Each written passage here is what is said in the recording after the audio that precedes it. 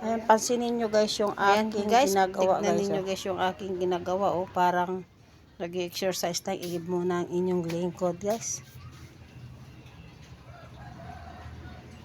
Ayan, napasok na po siya sa kusina guys. Dahil nga po ako lang nag-iisa dito. Ayan, ako muna ang umiigib dyan guys. Ayan, tignan ninyo yung aking ginagawa. Oh, diba? Round trip yan guys. Igib, linis. Ayan, hakot, tubig. Napakarami po ng aking ginagawa dito guys. Ayan, medyo bulong-bulong na yung ginawa ko. Pero, ganun pala guys, pag napo-voice over ka ng mahaba.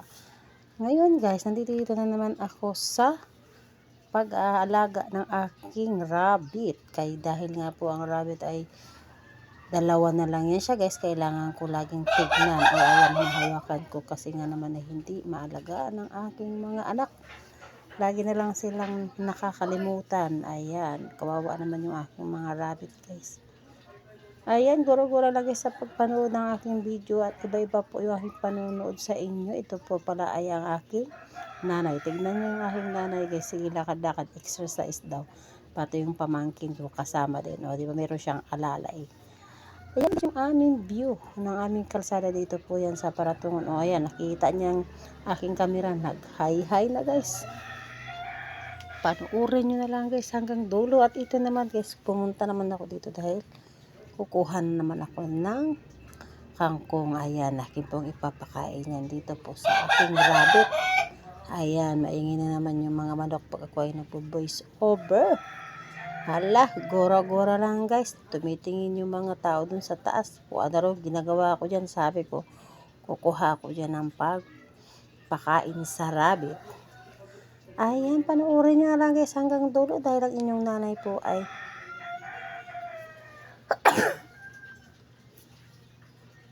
kuha ng kangkong. Ano ba yan? Ang ingi-ingi naman ng mga katabi ko.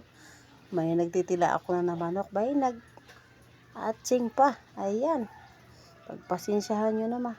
Sinisipo na ata to sila. Gura-gura lang guys. Dahil nga po ang inyong lingkod. Dahil siya yung magtatrabaho niyan. Ay panoorin nyo na lang po hanggang dulo ang aking video. Sana po ay inyo pong tapusin. Ayan. Sige lang guys, gura-gura lang.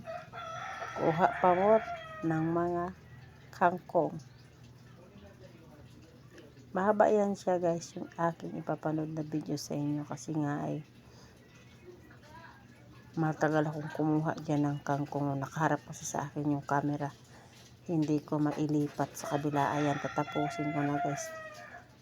Para maputol ko na naman yung ibang video kasi walang taga-video sa akin guys, kaya hindi tuloy maiba-ibang view. Ayan guys, nandito na naman ako, nandito na ako sa bahay. Ayan po yung view, ikot-ikot po.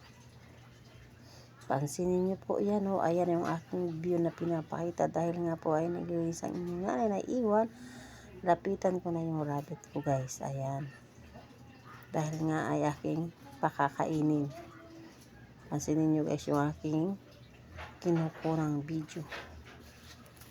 Ayan, panoorin nyo na lang po hanggang dulo. Dahil nga po, ayan po yung video dito sa harapan ng bahay namin. At medyo mahaba yung aking voice over. Ayan, meron pa akong hinawakan dyan guys na puno. Kasi ang balak putulin ko na sana yan. Kaso sabi wag daw putulin kasi nga ay para may pang-alalay dyan sa lilim. Ayan, tingnan nyo yung kalsada oh. Medyo bago pa lang tumigil ang ulan dito sa amin guys. Abot-abot pa ko, hindi ko naman kayang abutin. At ito naman guys, naglinis ng inyong lingkod. Hala, dampot doon, dampot dito. Ang aking ginawa para ay maging malinis. Yung nasa harapan na yan guys, hindi amin yan bahay. Ibang lote po yan.